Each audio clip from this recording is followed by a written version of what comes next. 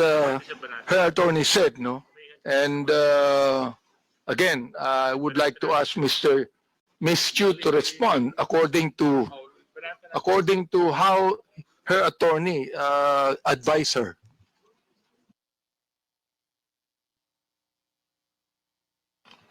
Ms. Crescent is recognized. Mr. Chair. Sorry, sir, I did not hear your question. My counsel was speaking with me. Could you kindly? Representative Abante, do you have any question? Yeah, I asked you a question a moment ago, and your lawyer conferred with you. So I agreed with what your lawyer said, and your lawyer said that it's just a matter of oversight, and you're willing to apologize. So please do it now. Yes, sir. My lawyer and I talked, and my case is a matter of oversight. And I apologize, sir. Thank you, Mr. Chair. I'd like to manifest that it's the third time that Ms. Crisette apologized to this committee. Let me continue on. On December 28, 2024, Ms. Crisette, Yes, sir. you said in Tagalog, ang tanga ng gobyernong to, not just as leaders, but as human beings. Is that what you feel? Sir, I apologize. I do not know what happened on December 28 to make me angry. But if I wrote it that time You're apologizing. for not, no, sir, I mean, I do not know what situation on December 28. Let me and what the continue on. context. Let me Yes, sir. continue on. It says, ipapamudmud sa mga naka-braces na nagbabakasyon abroad ang AKAP money tapos utang ng 629 billion. Yung budget ng ayuda this year na pinibigay kung kani-kanino na nag-mall tour pa yung mga tanga na 500 billion uutangin ulit kasi nag-deficit daw. Mr. Chair, Ms. Crisette, ang galing mo naman. Tanga ang gobyerno, ikaw matalino. Ano? Am I right? Tanga ang gobyerno, hindi matalino ka. Mr. Chair, when one is angry, one says bad things.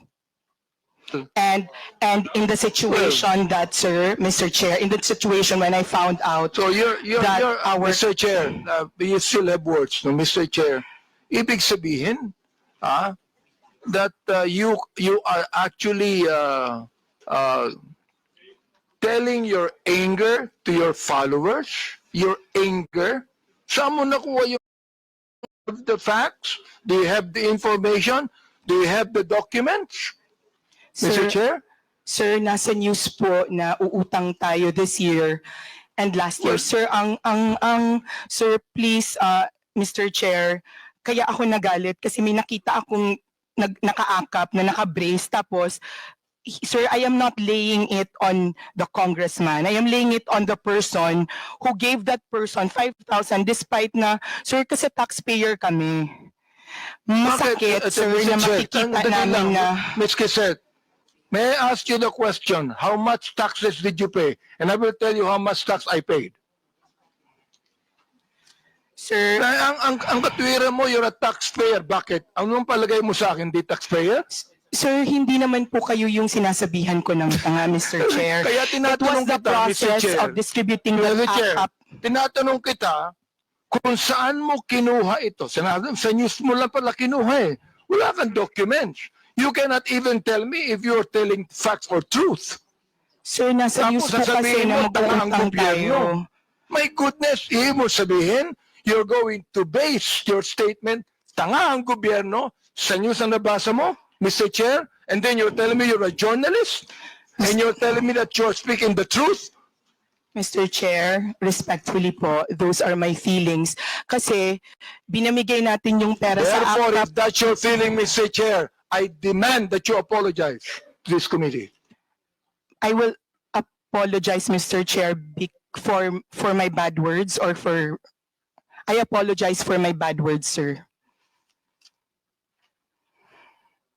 I Mr. apologize for saying the word tanga in my post. Maraming salamat, Mr. Chair, for admitting that, no?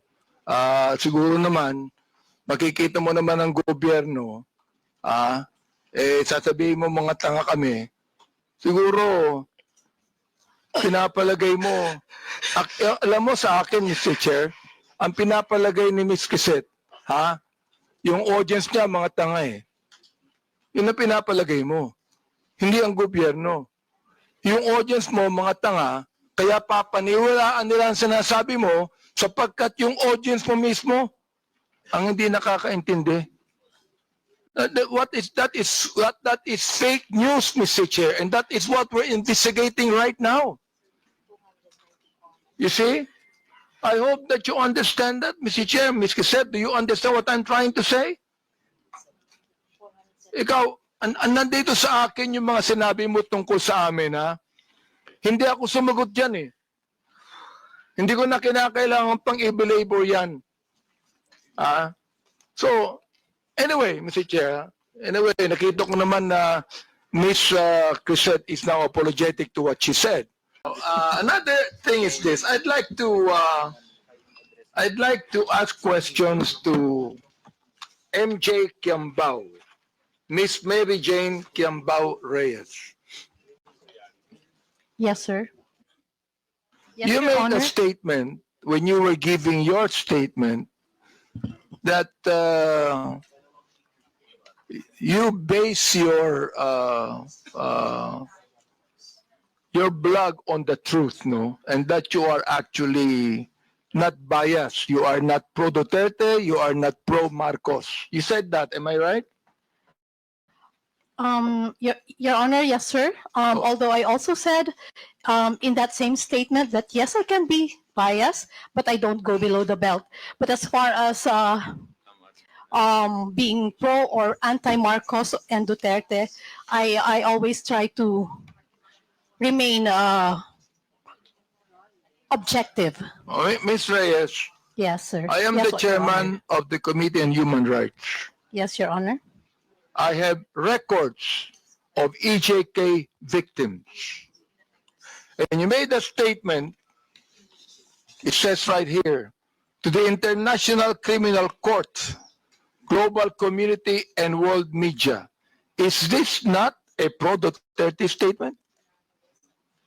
Can you please, sir, complete the whole? No, not yet. Report I'm of the- going to complete this.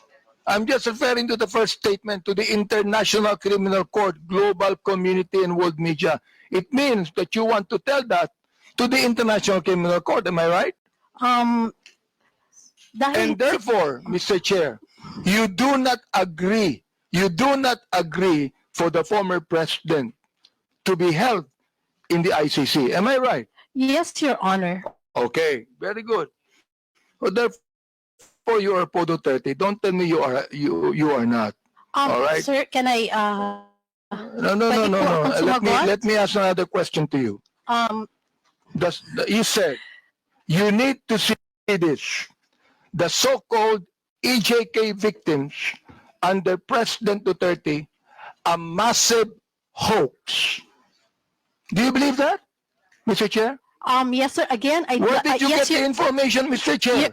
Your Honor, sana po mabasa ng buo yung Do aking... you want me to give you documents on that?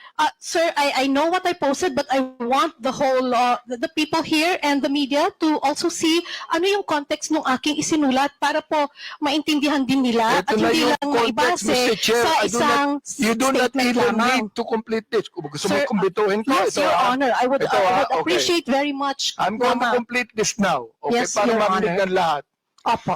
The so-called EJK victims under President Duterte, a massive hoax. Okay. Sa akin, mali. I have documents to show. To show. Yes, Your Honor, All right, that is now your you truth, said. and I also have my truth.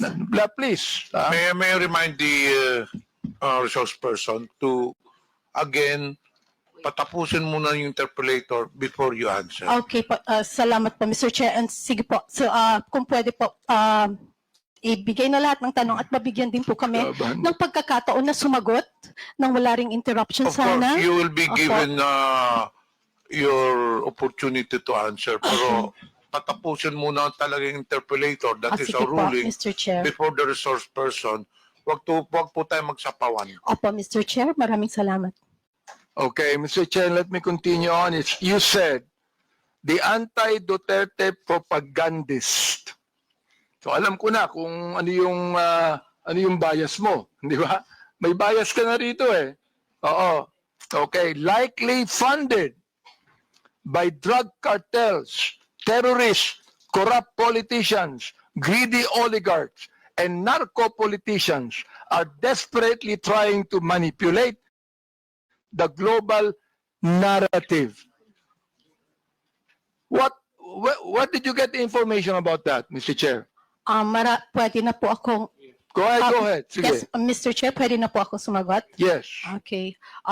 Doon po sa mga nauna niyo pong tanong, kung saan, ang sabi ko nga po ay hoax. Ang pinagbabasehan ko po doon ay yung mga naglalabasan ngayon na panibagong impormasyon, kita naman po ito sa social media, ano po, kung saan yung mga napabilang na EJK, yung mga nagpakita ng picture ng mga anak nila na namatay daw sa EJK, actually ay hindi po connected sa EJK. At yung iba po ay buhay na buhay naman po.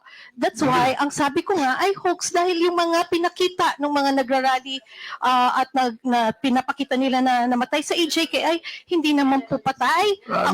Mr. Chair, Mr. nag-a-attend ba kayo ng Quadcom hearing? Mr. Chair? Nag-a-attend ba kayo ng Quadcom hearing? Yung mga biktima ng EJK ay nandoon at nagkaroon pa sila ng prayer rally, Mr. Chair. Nag-attend ba kayo ng Quadcom hearing? You can answer. Mr. Chair, okay, salamat po at pagkakataong sumagot. Yes, nakapanood na po ako ng Quadcom at napanood ko rin po yung mga latest na ganap ngayon kung saan may isang Aling Sheila, Aling Lori, Aling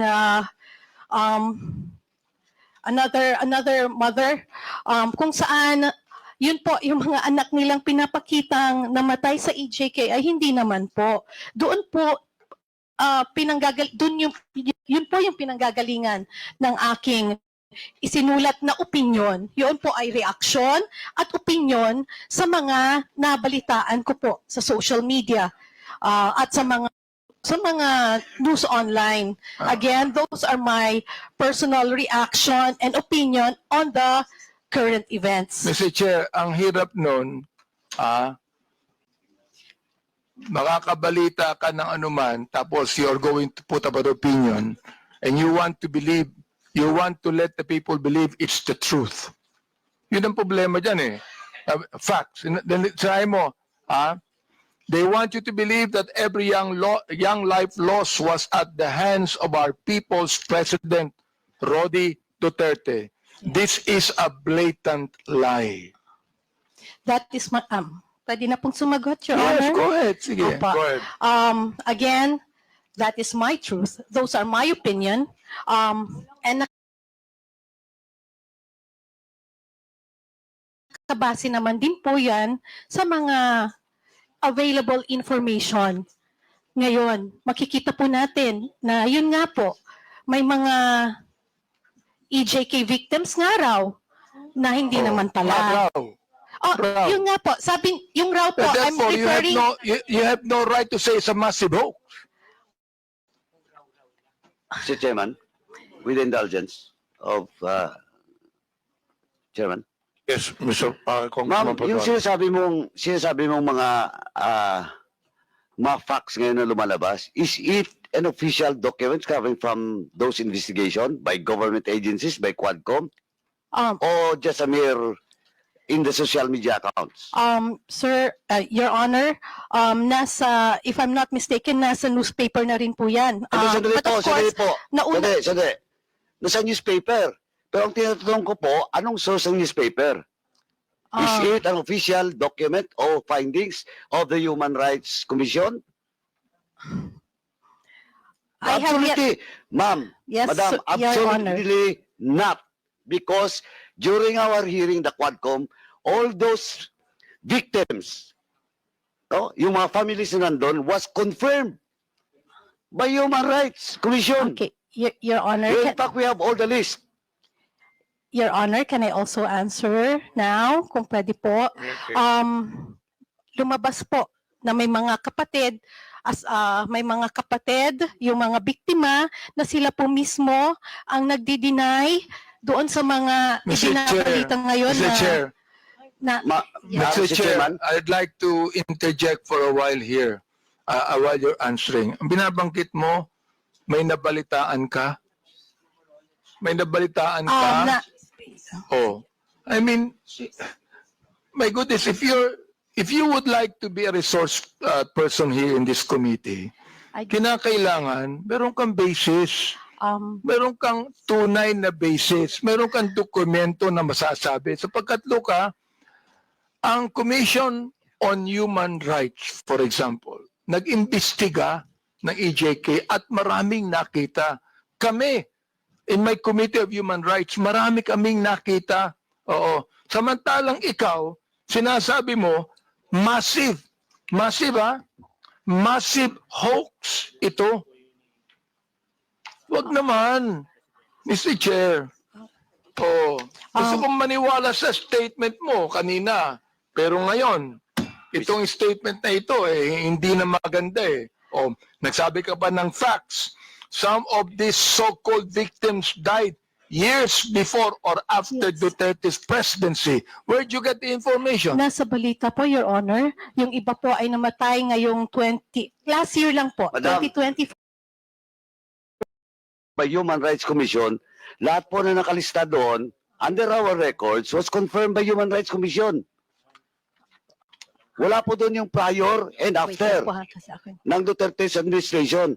And Mr. Chairman, kindly let me just remind that, sir, is he your counsel No, sir. Oh. From the House of Representatives po siya. from the House? Nagpapapirma po. Sabi ko mamaya na kasi busy pa po tayo. Anyway, madam, Apo. ma'am, Yes, wala Your po Honor. eh. Now you're talking about those mga disclaimer ng family. Now, ang tanong ko po, is it documented, under oath?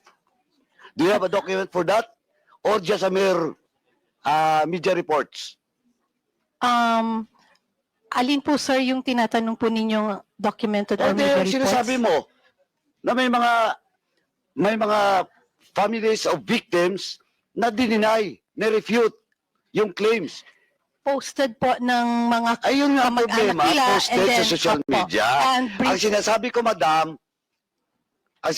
madam, baseless yan kasi based on our investigation and unless otherwise, you can have a document under oath that indeed a certain family of victims clarified and dispute that data. Okay po, Your Honor, noted po. What Next noted? time. Yeah, noted Anong po noted? noted po na, Tinatanong po kita kung may dokumento ka bang hawak, wala. tulad po ng sagot ko kanina, Hindi, Your sandali, Honor. you answer my question, Mr. Chairman. Yes, I'm trying to answer, Your Honor. Sandali po. Opo. Yes or no? Do you have the document? Under oath? Sir, like I said, Andale, yes or no? Remember, I am just asking you if you have the document or not under oath. of the family who Yeah. reported, Yeah. none, sir. Oh, none. It's Oh. on the, like I said, it's a. So They- none. You don't have. Okay, sir. Next time po, What's kukuha next po muna- time? next time po, bago po tayo magsulat ng mga ganon, kailangan kumuha po muna tayo ng mga dokumento under oath. At hindi tayo basta magbabase sa sinasabi Chair. ng mainstream media. Okay. Mr. Chair, Thank you. let me continue on the Representative statement Abante. he said. Yes. Sinabi niya, facts to nakalagay, facts. Many are completely unrelated to drugs or EJK. Some of them are still very much alive. You said you do not have any documents on that. Now look, Miss MJ na lang po. Para hindi po Miss MJ, po. You are accountable to the victims and you are accountable to us in the Quadcom. Pinasinungalingan mo kami. Pinasinungalingan mo ang mga victims. Now look, if you do not apologize right now, you listen. Yes, Your Honor. If you do not apologize, I am going to make a motion to hold you in contempt. I apologize, sir. And tulad nga po ng sabi ko kanita, sa susunod po ay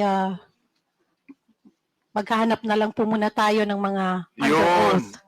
At Okay hindi to, po ha? tayo magre-rely sa mga balita ng news. Salamat na lang. po. Okay po. Kaya Maliwanag fake po. news. Yun ang ibig sabihin, non-fake news. Ito, tutuloy ko Salamat din po, Your Honor. Ito sinabi nyo, ikaw, ito, binanggit mo na ito and this is something that you should apologize also. Anong sabi mo? Do not let these criminal forces twist reality to turn a strong, decisive leader into a monster. Now let me ask you, who are these criminal forces? Ms. MJ, please answer.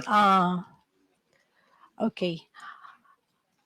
I have this, kasi tulad ng sabi ko, ito po ay mga reaction at opinion ko lamang. Well, therefore At, you apologize because this is Okay not po, true. sir. Okay, sir. I apologize.